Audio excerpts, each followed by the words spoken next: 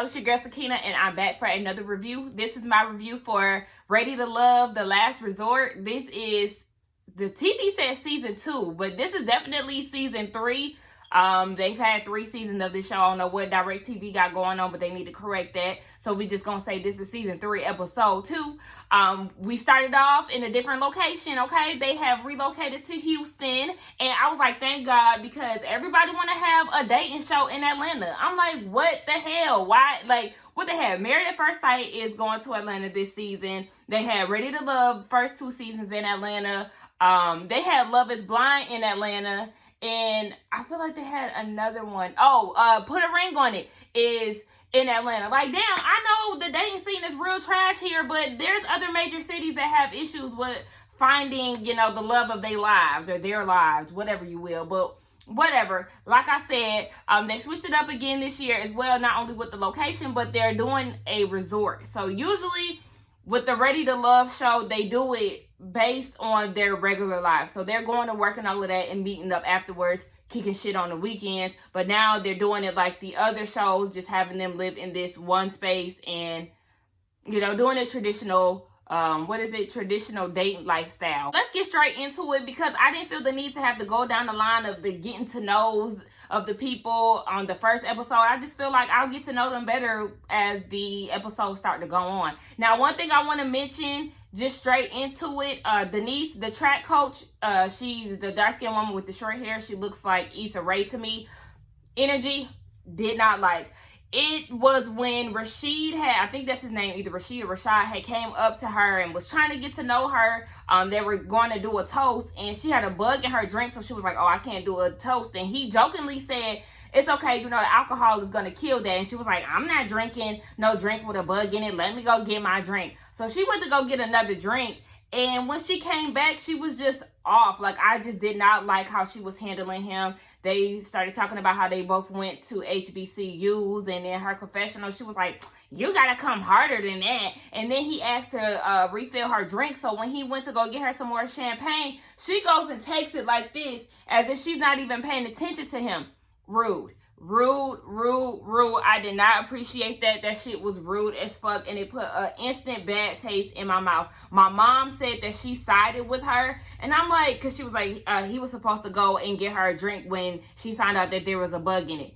Okay, it wasn't that big of a deal to me. But even, that's why I told her, I said, even with him going to refill the drink, and she still acted stank about the shit, like, girl, no, because that was, I guess, his redeeming quality, but you went and fucked that up by being dismissive. Like, I did not like her. Like, Miss Denise, you can get the hell on. You was being too serious for my preference.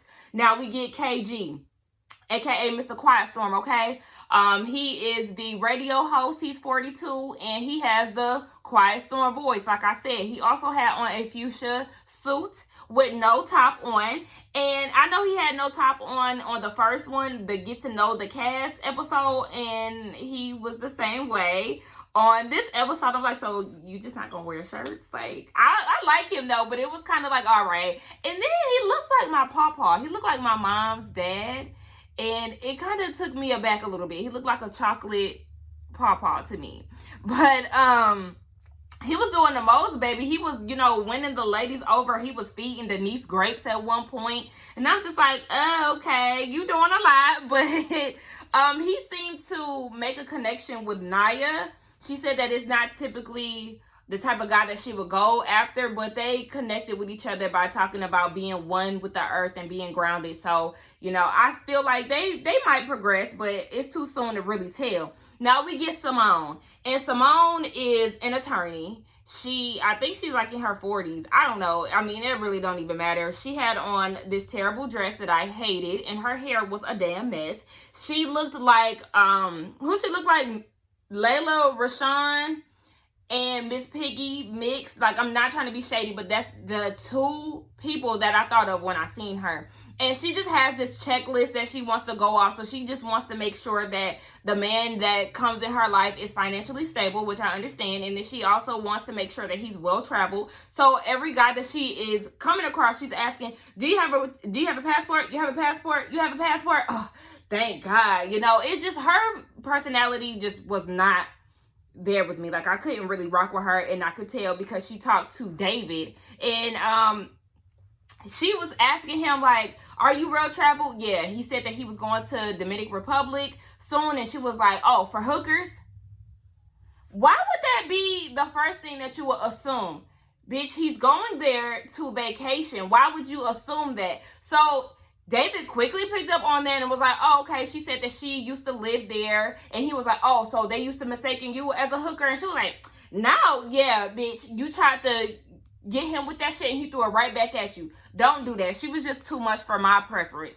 And we get Danny. Now, Danny is a single mom, and she stood out to me on the Meet the Cast because she was doing a lot of crying, honey, okay? She's one of those people who is best friends with her daughter. Her daughter is her world, so they're connected at the hip. And she even talked about that in her confessional. She was saying that she's a giver, and she's very loving, and she has all of these qualities, and she's ready to love. I said, okay, sis, you're giving me very much so Pisces or Cancer. Like, the water sign is just exuding from you. And I just feel like she was just doing a little too much as far as the emotions. Now, she didn't cry in front of anybody. And honestly, I feel like her interactions with the men was perfectly fine. But obviously, we find out later that that was not the case. A lot of them did feel like she was the homie. So, okay, whatever. We get over to Sam. And Sam is, I think he's like 36, and he ended up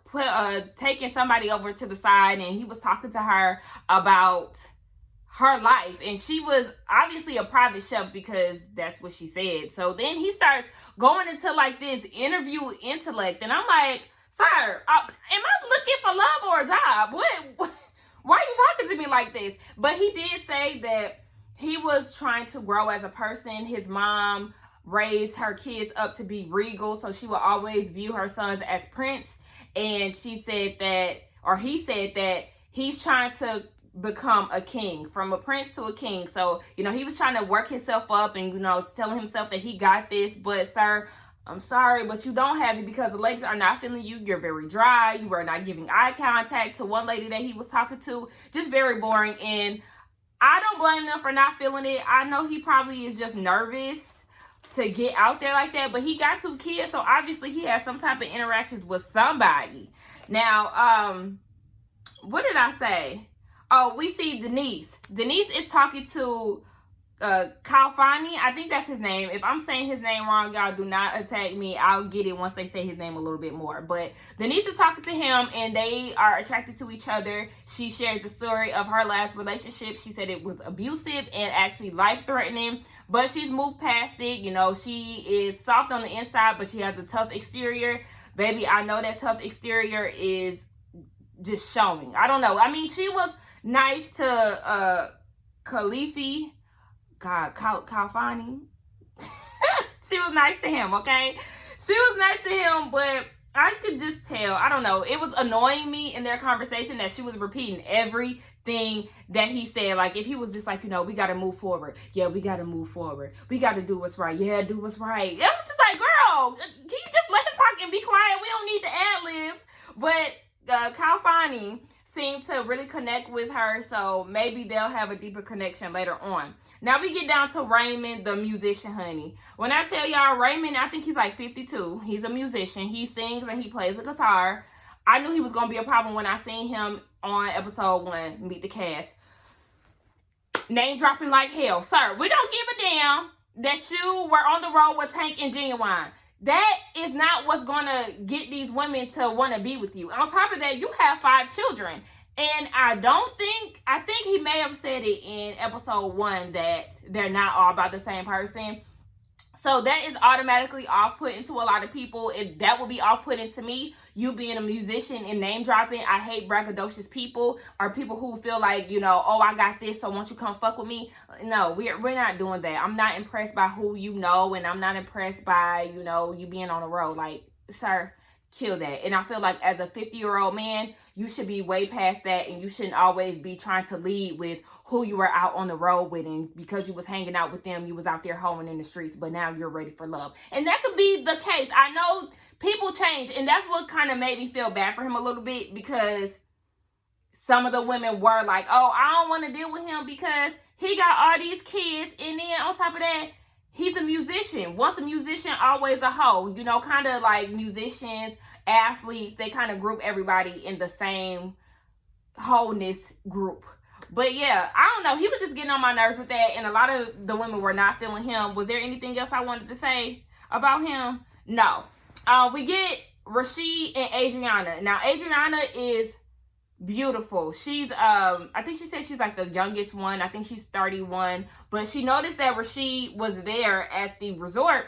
Come to find out, they had went on a date or multiple dates before maybe, but they knew each other prior to the show. And she was kind of taken aback to see him because she was like, oh my gosh, I ghosted him. You know, I know that wasn't the right thing to do, but hopefully I could redeem myself. So they go off to the side. They had a conversation. It seems like they are willing to pick up from where they started being. My nickname is Bean, so I was talking to myself, like trying to get myself together. Yes, those were the people that kind of stood out to me this episode. There were some women that really stood out to me. Winter, we didn't really get too much with her. We seen her talking to Edwin, who was the chef. So, you know, they had a little interaction, but she is very stunning. When she came up on the scene, I said, come on, orange dress. And she said that that was her selling point, and baby, you're sold. Who was another person who had got me? Let me see. All right, Adriana, I mentioned her.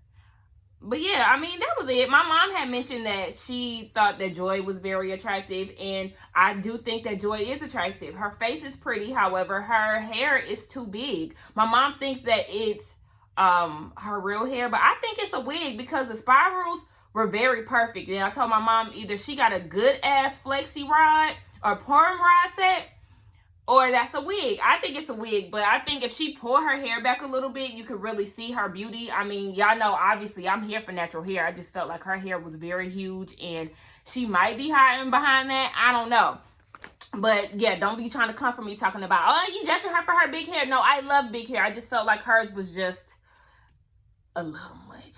But, anyway, Tommy had came down and was asking the men who they found attractive, and some of the names that were mentioned was Joy, Simone, Adriana, Denise, Alex, who I don't know who the hell that is. Oh, I think I know who that is. I think that's who was talking to Sam when they was on the swing and he was just being super dry in Winter. So then they was talking about who they're not feeling. They're not feeling Danny, Denise, or Simone. And these are just different people. So some of these people are named in the I'm feeling and I'm not feeling list. Okay, as far as the women, who got their attention? Chris, Rasheed, Edwin, Kalfani, David, and Jay. Jay is a cute little milk dud. He was cute with his little hat. And then we got into who they're not feeling, Sam and Raymond. And I told y'all why they ain't feeling Raymond. He got too many kids and he a musician. And then we got Sam. Sam, you're too quiet. Oh yeah, and then if we're gonna say not feeling for the men, they're not feeling Danny because she's more of a homegirl. Kind of like Goldie on Flavor of Love, the homegirl.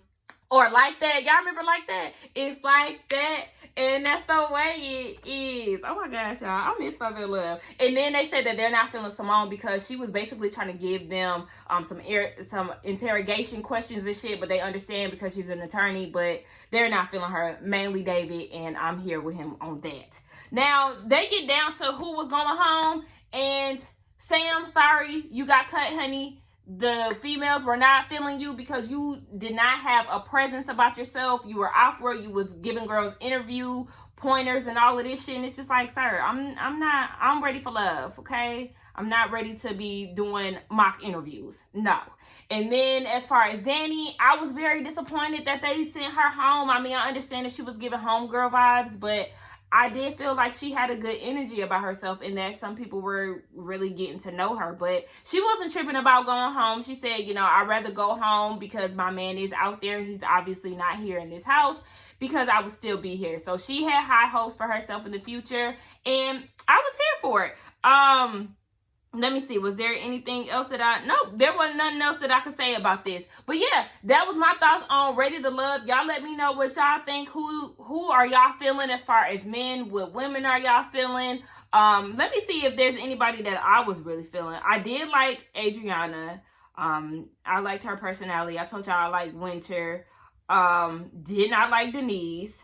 Was there any men that I did not like? Well, shit, yeah, Raymond and Sam, I wasn't really feeling them. But, you know, we'll really get a feel of these people more as the episodes go on, and we can better detect who is here for love and who ain't. But anyway, yeah, don't... What? But anyway, y'all, don't forget to like, comment, and subscribe to my channel. I will see y'all in the next one, and I'm about to go review Put a Ring on It. So, bye.